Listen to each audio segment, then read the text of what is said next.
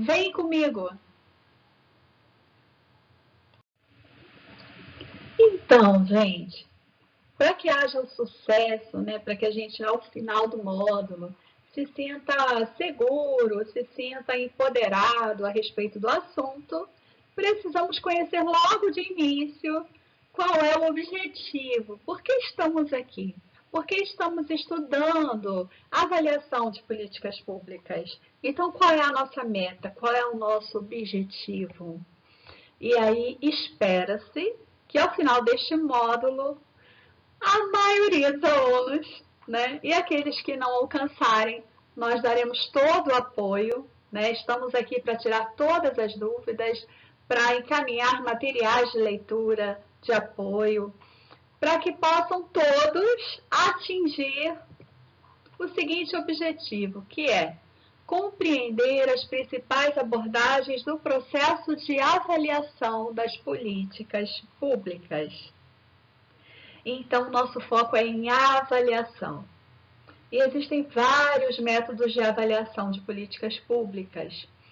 Esses métodos se aplicam tanto às políticas sociais, como às políticas de saúde, às políticas de educação.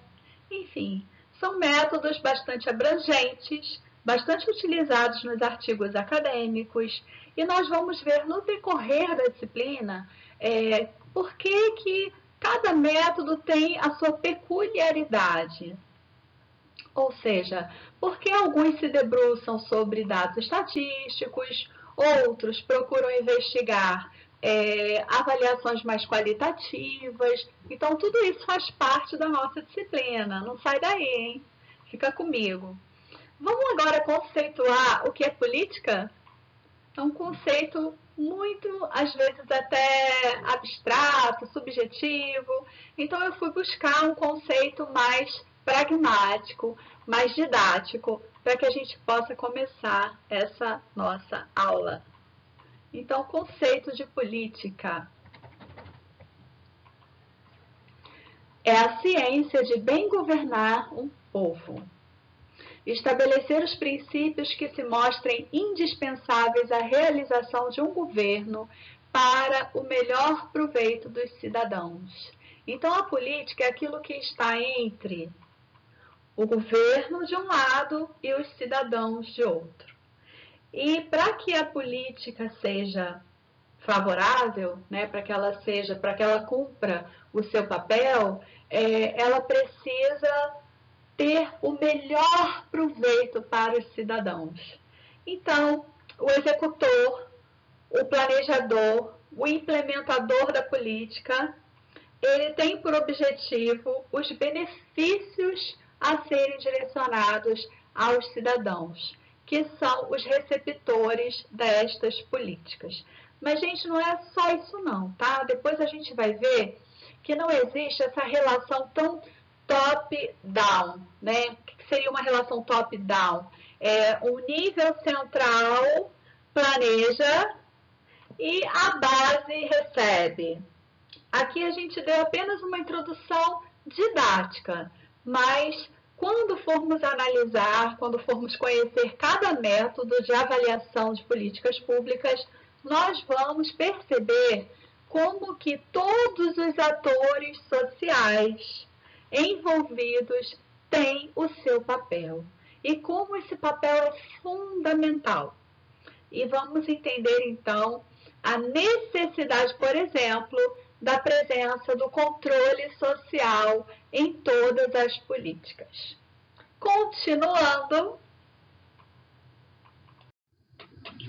importa que a gente saiba mais, né, sobre os determinantes dos problemas da sociedade, porque nós vimos anteriormente que a política se destina ao benefício do cidadão.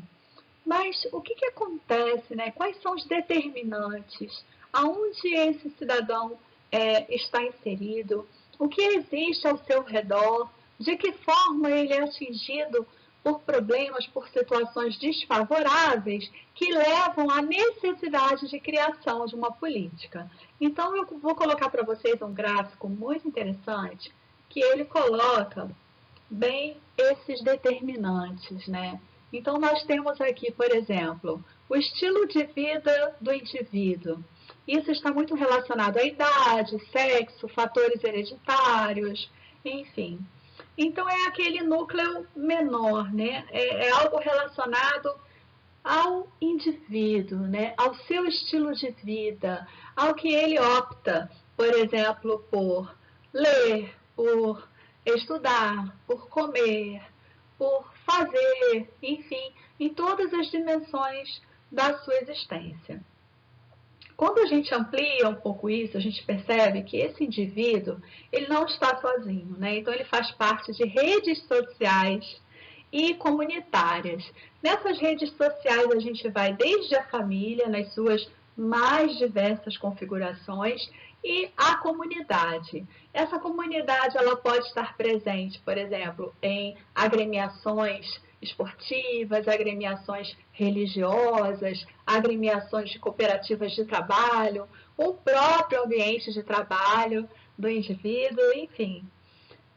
Indo mais um pouquinho, né, adiante, a gente percebe que o indivíduo pertencente a essas redes sociais e comunitárias, ele também, de alguma forma, ele está envolvido direta ou indiretamente com a produção agrícola e de alimentos, com a educação, com o ambiente de trabalho, com as condições de vida e de trabalho, com o desemprego, com a situação de saneamento, e aí a gente aborda água e esgoto, os serviços sociais de saúde, né, que são oferecidos no entorno desse indivíduo, a habitação. Então, tudo isso, gente, todas essas dimensões representam as condições socioeconômicas, culturais e ambientais gerais que irão determinar as demandas, os problemas, as situações desfavoráveis e fazer com que o governo, né, crie políticas públicas. Agora eu vou pedir para vocês um parêntese, né? Um adendo, tá bom? Para a gente retomar aqui o conceito ampliado de saúde. Mas, professora, o que isso tem a ver com a avaliação de políticas sociais? Então, peraí. Acompanha meu raciocínio. Vamos dar uma olhadinha nesse conceito ampliado de saúde. Primeiro, ele nasceu, né, ali na 8ª Conferência Nacional de Saúde, em 1986, logo ali no clímax da reforma sanitária brasileira, no processo de redemocratização. E vamos ver o que aconteceu com esse conceito. Ele acabou sendo incorporado na Constituição Federal, também conhecida como Constituição Cidadã, em 1988. E a gente lembra muito, né? Quase todo mundo sabe de cor o conceito de saúde desde a sua origem, né? Então, inicialmente a saúde ela era a ausência de doenças. Então, o silêncio dos órgãos. Se você estava assim, tudo tranquilo, nada estranho, nenhum incômodo, você estava saudável. À medida que a sociedade evoluiu e que houve uma série de transformações globais, né, com a urbanização, a globalização, a revolução industrial, enfim, esse conceito, lá pela década de 40, ele foi modificado pela Organização Mundial da Saúde, que definiu saúde como sendo um completo bem-estar. Isso, físico. Que mais? Mental. Que mais? Social. Perfeito. Mas o que acontece? Esse conceito, eu não sei se vocês concordam comigo, mas ele é um pouco assim vago, né? O que é um completo bem-estar social para você? Um completo bem-estar mental, físico. E aí é interessante que na década de 80, e foi um fenômeno mundial, em várias conferências que aconteceram nos países, houve uma ressignificação desse conceito. para colocar esse conceito mais assim, pé no chão, sabe? E aí, de que completo bem-estar nós estamos falando de fato, né? Qual é essa agenda de saúde que a gente quer? E a sociedade organizada adentrou a 8ª Conferência Nacional de Saúde. E nós temos, então, o seguinte, né? Resultou que, no artigo 196 da Constituição Federal, a saúde, pela primeira vez na história do Brasil, fosse considerada um direito, né? Então, a saúde é direito de todos e dever de quem? Do Estado, garantido mediante políticas sociais e econômicas que visem a redução do risco de doença e de outros agravos e ao acesso universal e igualitário às ações e serviços para sua promoção, proteção e recuperação. Show! Melhor que isso, impossível, gente. Ai, até emociona a gente, né?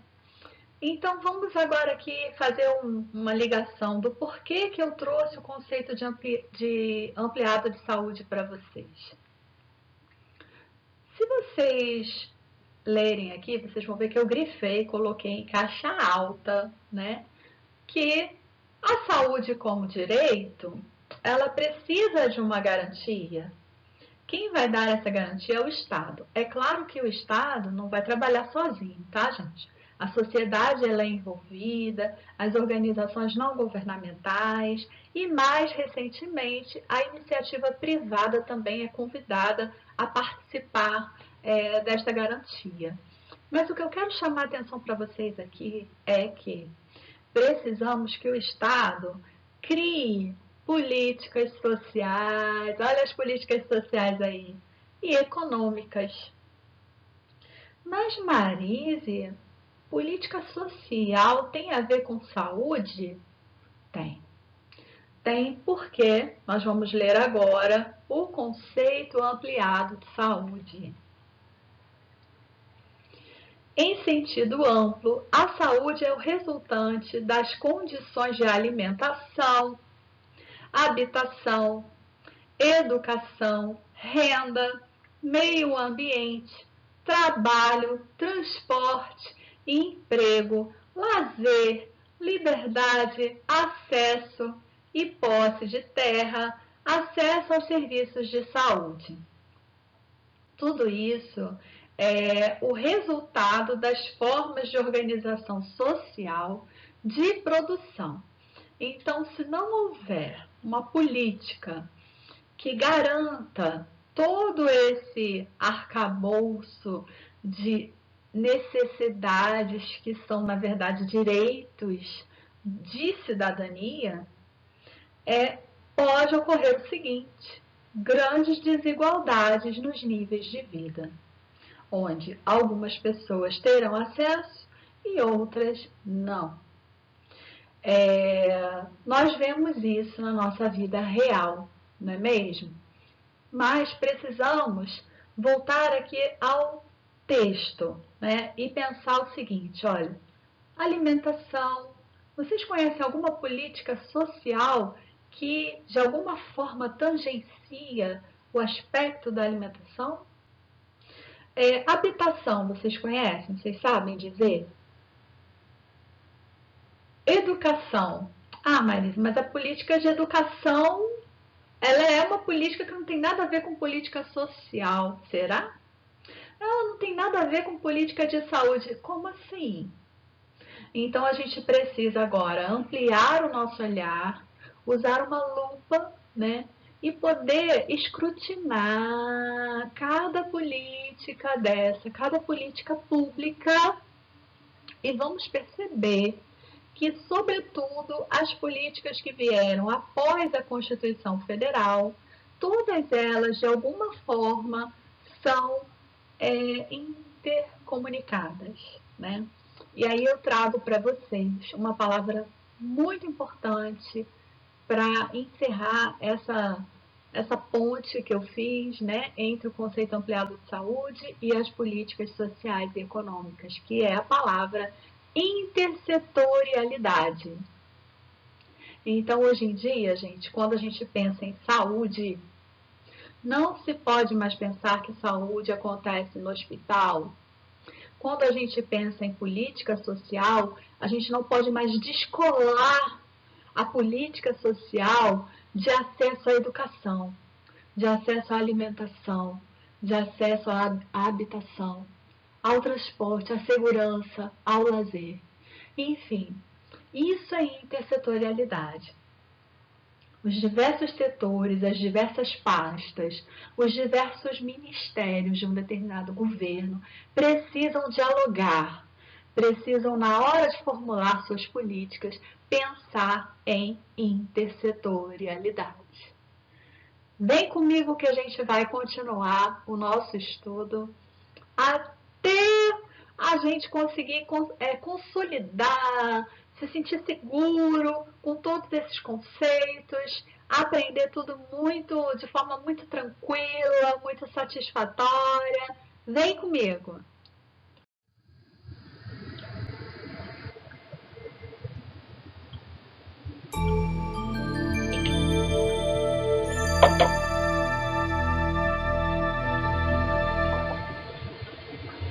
O que são políticas públicas? No vídeo sobre Estado, vimos que ele é o responsável por organizar e exercer a vontade coletiva, por meio de um governo eleito e por instituições públicas, tais como o Congresso Nacional ou a Câmara de Vereadores da sua cidade.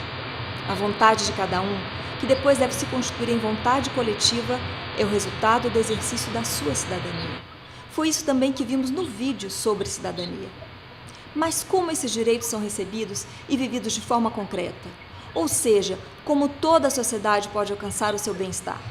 Esse é justamente o tema deste vídeo: políticas públicas. Vejamos como elas acontecem. A cada eleição, os partidos e os candidatos se apresentam à sociedade com uma série de propostas, reunidas nos programas partidários. Os eleitores votam nos candidatos e nas suas propostas. Ao fazerem isso, deixam claro quais são aquelas que têm as suas preferências. Uma vez eleitos, os governantes desenvolvem as propostas que apresentaram nas eleições e as transformam em um plano de governo. É nesse plano que vão ser definidas as políticas públicas para cada área específica, como saúde, segurança, educação, transporte, meio ambiente. Detalhando um pouquinho mais, vamos supor que os eleitores escolheram um candidato que tem a área de saúde como sua principal plataforma eleitoral. Ele elabora seu plano de governo e as equipes técnicas vão então trabalhar essa prioridade, definindo como será a política pública de saúde, seus principais objetivos e metas. Também são os técnicos do governo que vão viabilizar a execução dessa política pública, fazendo orçamentos, cuidando das contratações necessárias, gerindo contratos. Finalmente, aquela política pública de saúde vai se concretizar na construção de hospitais e postos de saúde, por exemplo. Fica claro, então, que é por meio das políticas públicas que o Estado desenvolve sua atuação. Por isso, podemos dizer que elas são um conjunto de decisões, projetos, objetivos e metas para resolver problemas em áreas específicas e garantir o melhor interesse público. Mas o trabalho não acaba com a execução dos projetos, porque depois de efetivadas, as políticas públicas ainda precisam ser avaliadas, e isso acontece em 2 níveis. A primeira avaliação é feita pelo próprio governo, verificando se o que foi concebido foi realizado, se tudo aconteceu de acordo com a lei e os procedimentos adequados, se os resultados imaginados foram produzidos. A segunda avaliação é aquela feita pela população. Os governantes têm o dever de mostrar a todos se cumpriram com aquilo que apresentaram como propostas no momento eleitoral. A população vai, então, julgar se os governantes atenderam ou não às expectativas que geraram quando se apresentaram como candidatos. Isso também faz parte do exercício da cidadania. Mas ainda devemos lembrar que os cidadãos não precisam esperar o ciclo eleitoral para exercerem essa cidadania. Hoje, eles são chamados a participar a qualquer tempo, levando suas demandas aos órgãos do Estado, principalmente por meio do Poder Legislativo, que é o órgão de representação máxima do povo e que pode mobilizar diversas instâncias para que as políticas públicas sejam executadas ou alteradas. Vamos recapitular? Políticas públicas são a forma como o governo traduz as necessidades e prioridades que os eleitores escolheram por meio de seus votos em ações práticas. Por isso, é importante que você, cidadão, conheça sobre elas e saiba como participar. Até a próxima!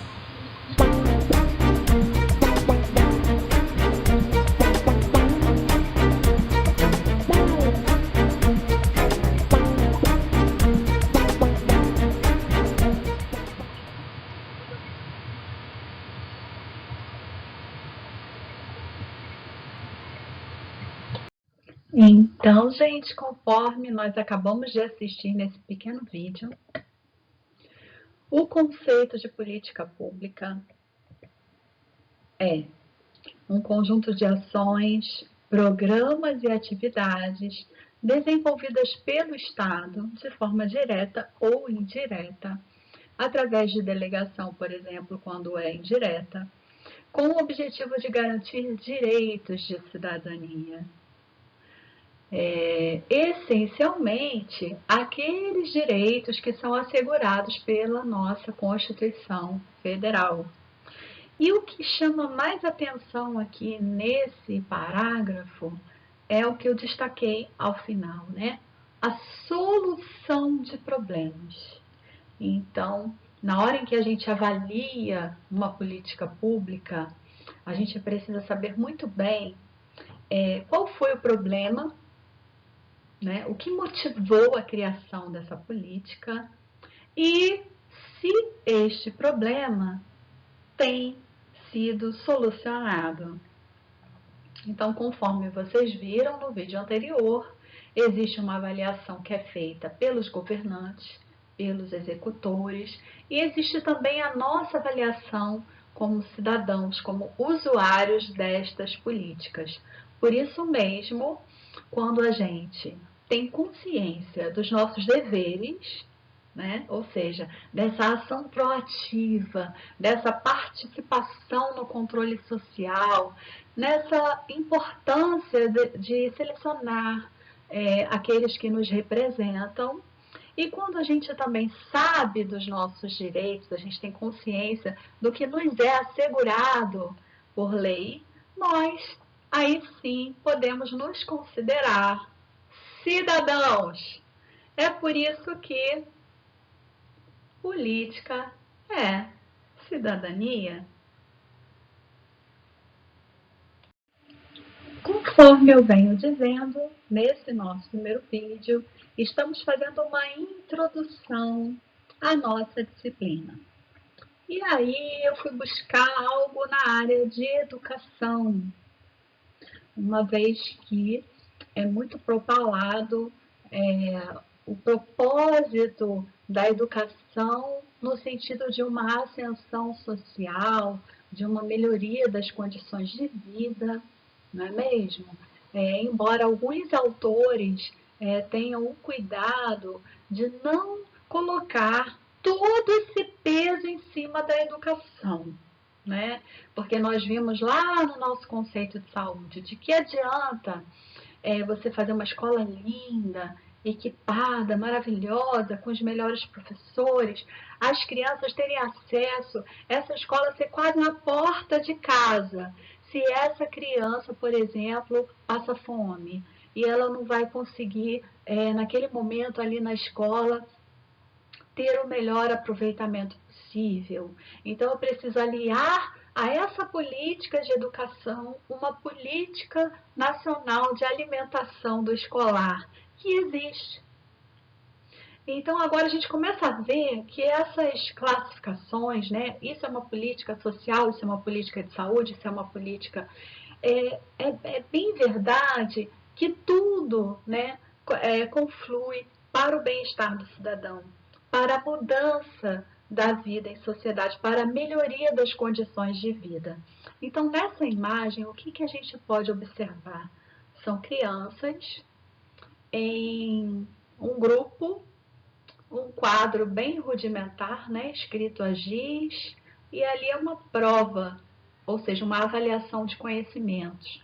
E as crianças estão sentadas num chão de barro, procedendo às suas avaliações.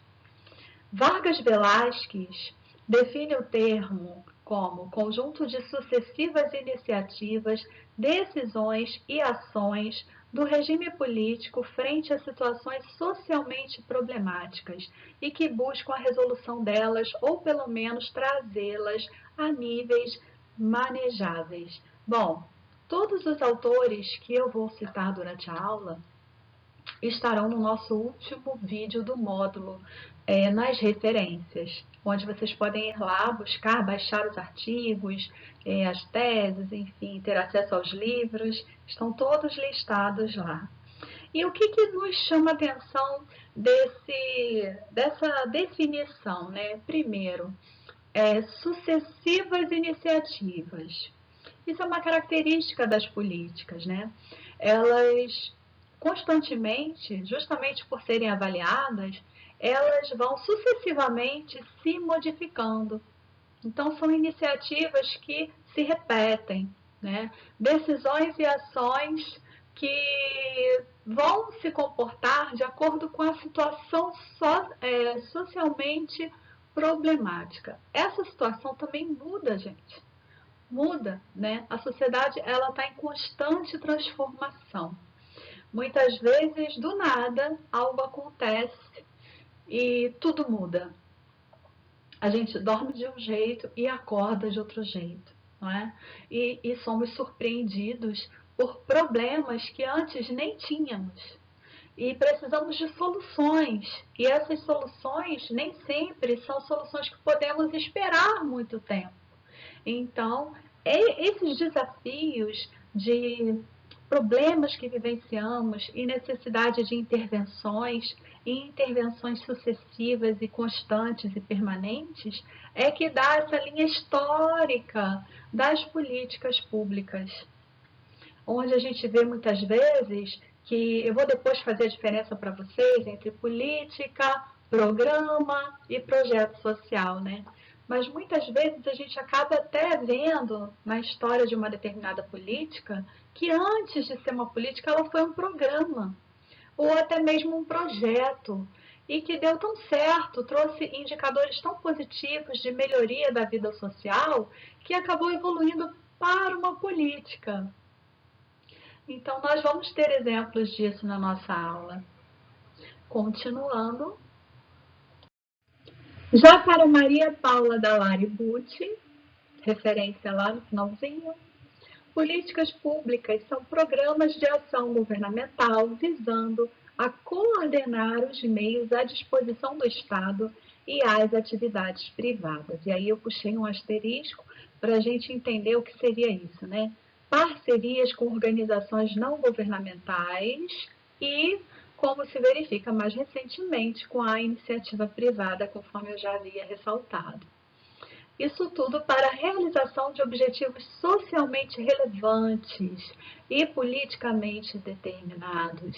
Então, as políticas públicas são metas coletivas conscientes e, como tais, um problema de direito público no sentido lato.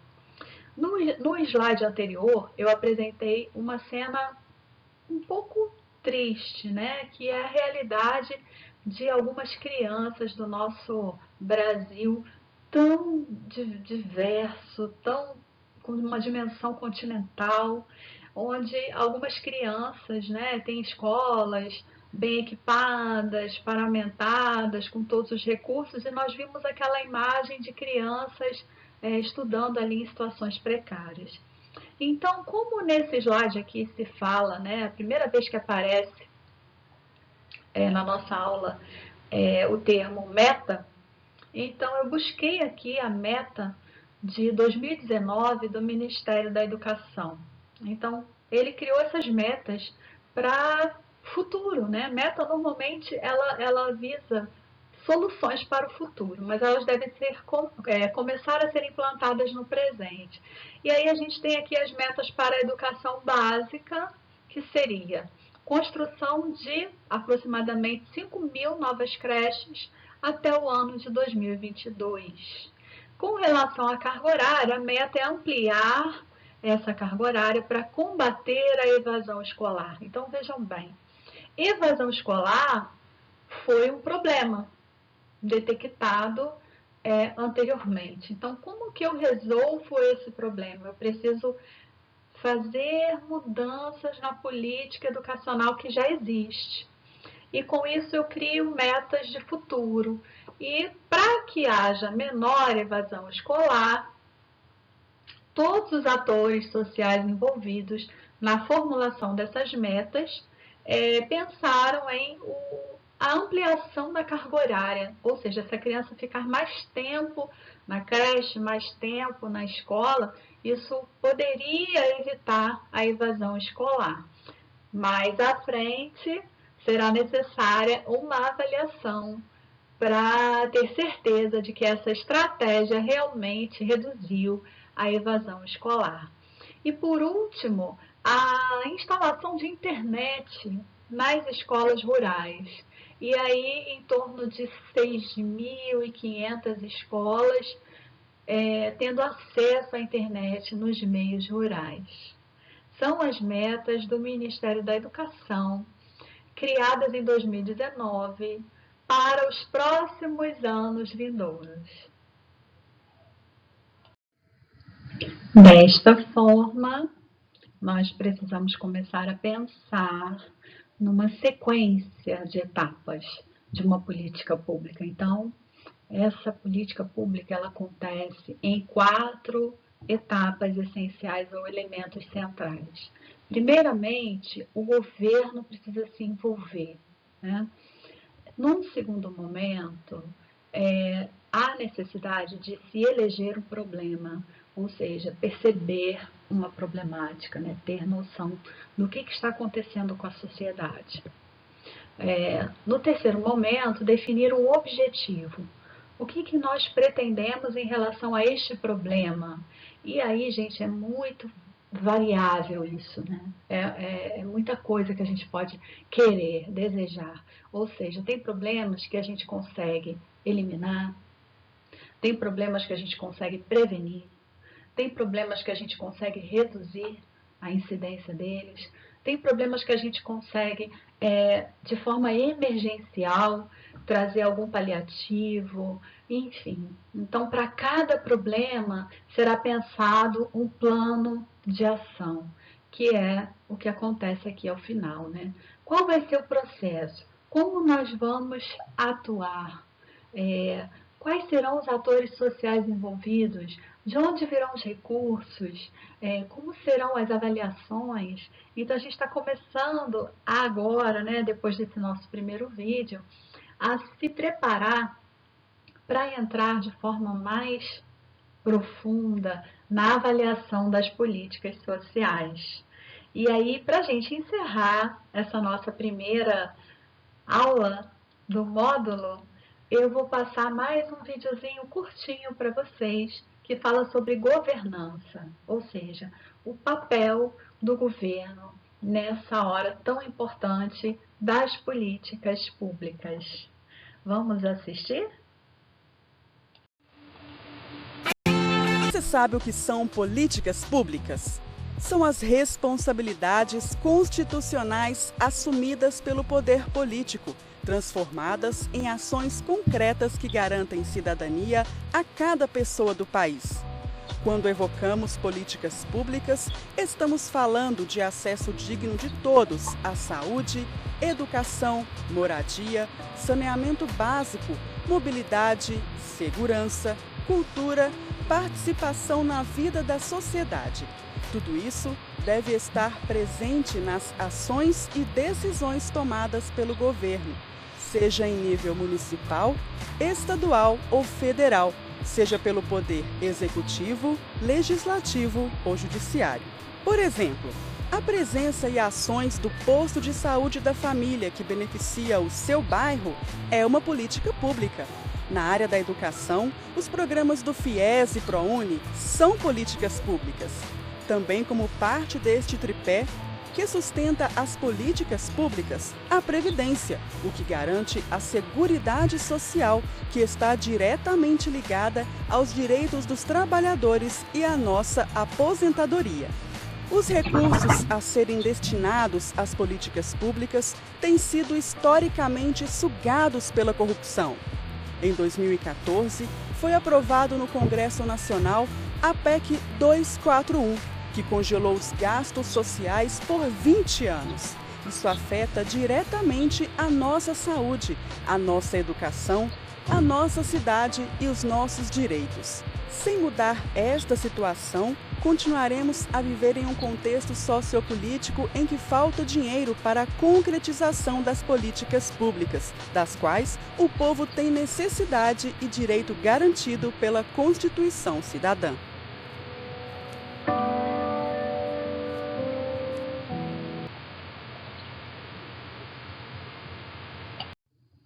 Então foi isso, a nossa introdução à disciplina Avaliação de Políticas Públicas.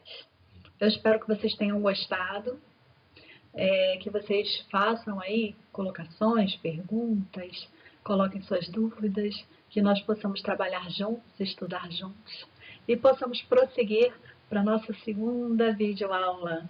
Muito obrigada. Olha, um grande abraço a todos e todas. Vamos aproveitar para estudar bastante, para ler bastante o material enviado como leitura complementar e assim vamos em frente. Até a próxima videoaula.